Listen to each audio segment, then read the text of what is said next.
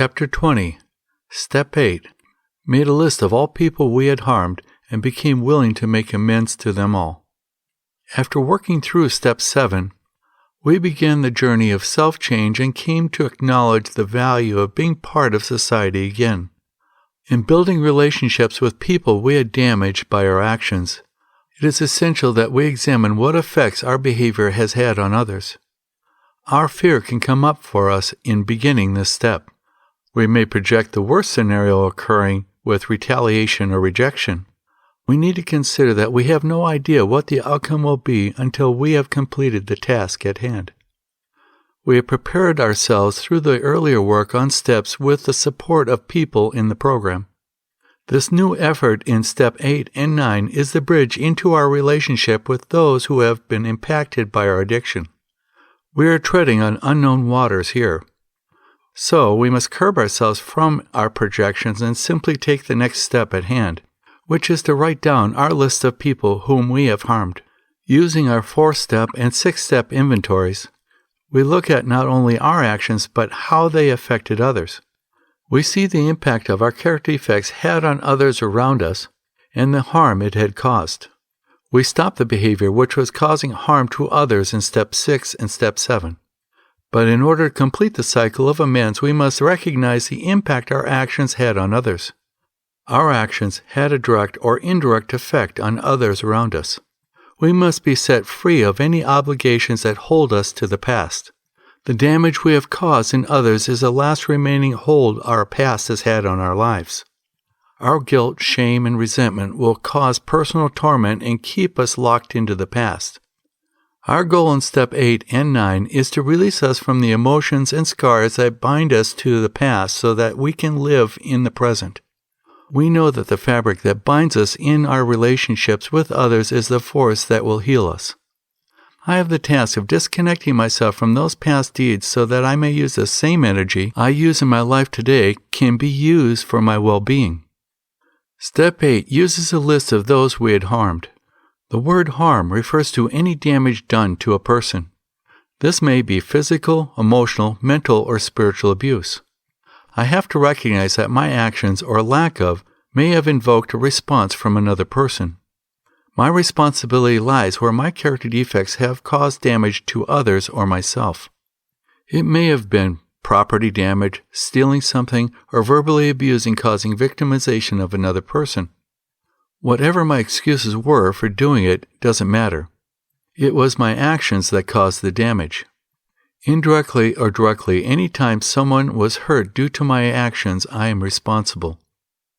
Most of us have told our loved ones who we have hurt, "I am sorry," 100 times, and they were empty words while we were acting out on our addictions. Another part of this step is preparation for action. Many of us were living in a way that we never had to be accountable for change. This was done through our controller-manager behaviors as a result of our actions or lack of, and others were hurt, being victimized and not knowing a way out, or through isolating behaviors by not being available. We have the opportunity to close a chapter in our lives that has been lurking in the dark confines of our minds. With the support of our sponsors, counselors, or mentors in recovery, we are prepared to make this inventory. We need to break down the 8-step inventory into 3 sections: controller patterns, victim patterns, and isolating patterns of behavior. Dealing with our controller patterns, we must determine the effects it had on those around us. This section addresses the addict with entitlement issues which were self-serving and created a pattern of dominance in their personal relationships. Often we justified our actions, and that has blocked us from seeing our part. We may never have seen ourselves as the offender in our relationships. But more than often, most addicts have a large list of people they had harmed as a result of their character defects or actions. We see the energy that we supplied to our addictions took away from the time and energy that was for our families and closest friends. To assume responsibility for our side of our actions with others is the task at hand. We make no justification if it was deserved or not. We see through our self-centered actions of our character defects, but we hadn't stopped to look at what impact our actions had on others. This is time to take a closer look. In examining our actions when we were under the influence of substances, which lowered our inhibitions, we were probably a lot more abusive towards others. Our repeated irresponsibility for our actions, or lack of, placed responsibility on others to carry the workload of our lives. When family members gave us monetary, emotional, and physical care for our needs, that cost of their energy was harm done to them. We need to be thorough in this area because it is the hardest one for us to look at, that we became a burden to others. There are people we had hurt, but we were also victims. We need to get out of the blame game if we want to get better. We need to recognize our own part in the interaction. We need to break down what our responsibility was in the interaction and what their responsibility was in the controller category. When we get to the list on the victim category, we may have to add how we were harmed. By reviewing our list with our sponsor, counselor, or mentors, our perspective may change. Resentments is an area that is necessary to address in our amends process. Our resentments have been fortified over the years, turning them into walls. Our resentments have been fortified over the years, turning into walls that we thought could never be taken down. This process of placing them on our list is the beginning of dismantling that wall. Our reasons may be justified in our minds, but what these resentments are doing is giving others free rent in our own heads. Even if you feel you're not ready to forgive them, it is important to put them on your list of amends. In writing out our resentments and going over them with a sponsor or counselor, we may gain a different perspective of the problem. By addressing our insensitivity in our relationship with others in the past, working on the 8th step brings further confirmation to our current changing lifestyle. As we change our own perception of our values, our expectation of how we should act becomes closer to how we perceive others around us should act. This lessens the expectations we have for others to a more realistic fashion, and brings up our expectations on how we should treat others. It helps to bring up the margins and adjust our expectations of ourselves. The other side of this is where we had become victimized by others. We identify those who have caused us wrong and recognize we have the need to heal those emotional wounds. This doesn't mean that we're going to leave ourselves open to being violated again by them. We need to allow ourselves to move on from those past abusive relationships into healthy ones in recovery. When looking at our victim patterns, we need to examine the impact it had on our lives and how it dwindled our self-esteem, creating a self-destructive cycle in our lives. Yes, we need to break down those relationships of people who harmed us to see what part we played in it. It may have been because we were intoxicated or not thinking clearly, which put us in harm's way. That realization is further understanding of our addictions. Often we see women identified as being a victim more often than men. Yes, we address physical capability to protect oneself as part of the characteristic that fuels victimization. Thus, women, more often than not, have less capability to protect themselves than a man does. Often victims who have been in an abusive relationship need to examine their part, why they stayed, and what impact staying in the relationship had on them and others. We need to commit to writing about being a victim as much as being an offender. Often when we have been in a victim role, we don't pay much attention to the rigid expectations we had for ourselves, or to the very few expectations we had for the controller offender in our lives. Giving time to review these issues on paper, and with a sponsor or counselor, will help you to recognize your value as a person in recovery. We learned that the expectations in our relationship with others need to change. Becoming aware of our victimization patterns through working the 8th step brings further confirmation to our now changing lifestyle. Again, we are changing the perception of our values, which changes our expectations and how others should act toward us. This is a way of generating a healthy self-esteem. Often the offender have left traces of themselves in the emotional scarring of the person who has been victimized through physical, mental, or sexual abuse. Often I have talked with victims suffering from post-traumatic stress. They state that when someone triggers the emotions of the trauma causing it to surge back up in their lives again, they are often plagued with the feelings of shame and feelings less than others. Being aware of the impact the perpetrator had on you, and writing it on your list is necessary to start redefining yourself in recovery. We will have an opportunity in Step 9 to explore this further in our personal healing.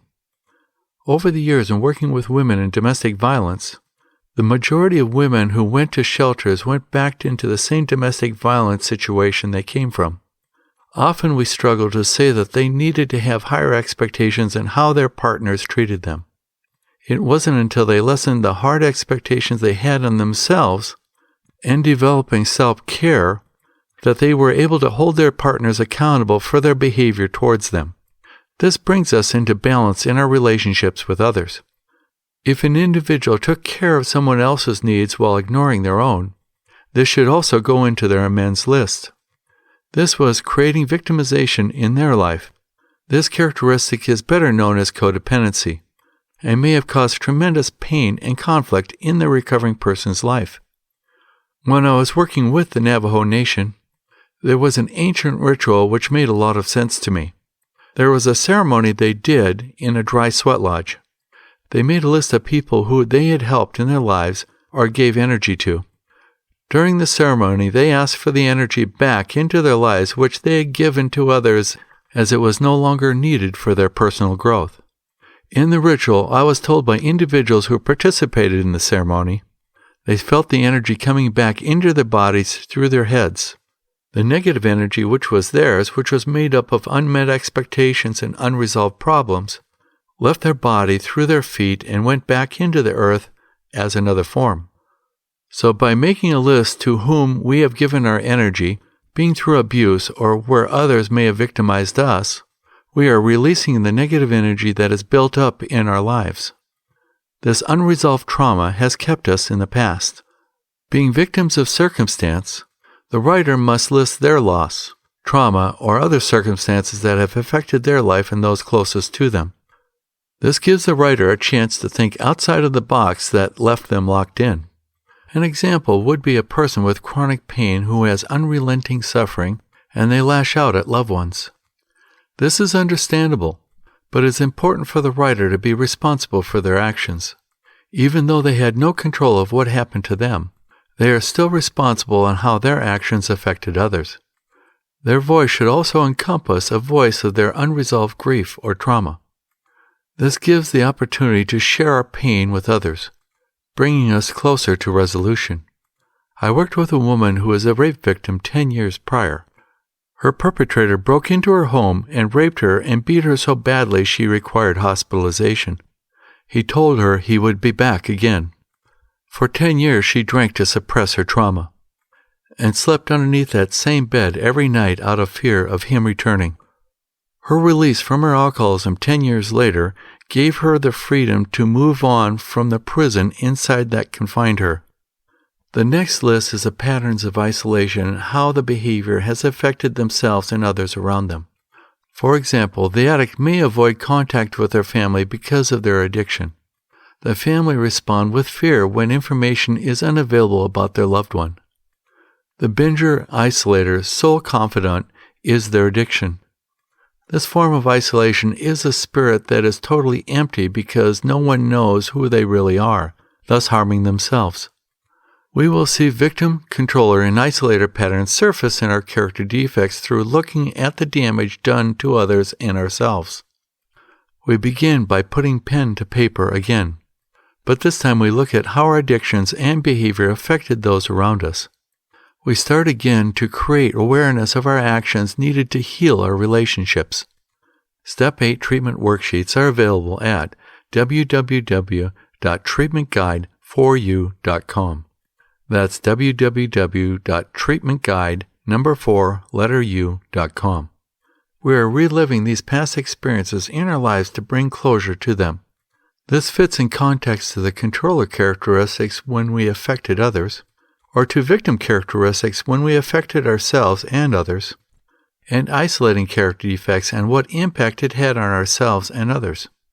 There were circumstances caused by our actions in which damage can never be undone, and there are people we have listed that are no longer alive for them to hear our amends. Our purpose here is to set the tone for willingness to change and awareness of our actions. Although Step 8 isn't the final conclusion of the process, it is part of the necessary awareness to move into action in Step 9. Find a safe place to process this step and begin. Again, having your 4-step and 6-step inventories present can be helpful in putting your list together. Remember, this is how our behaviors, through acting out our character defects or victim, controller, or isolator patterns, have affected others or ourselves. The following is a way to review these relationships. 1. Relationship with family. 2. Relationship with friends and acquaintances. 3. Relationship in our physical needs. 4. Relationship based on sexuality. 5. Relationship based on society. 6. Relationships in public. 7. Relationships based on spirituality. Details of these can be found in Step 4 chapter.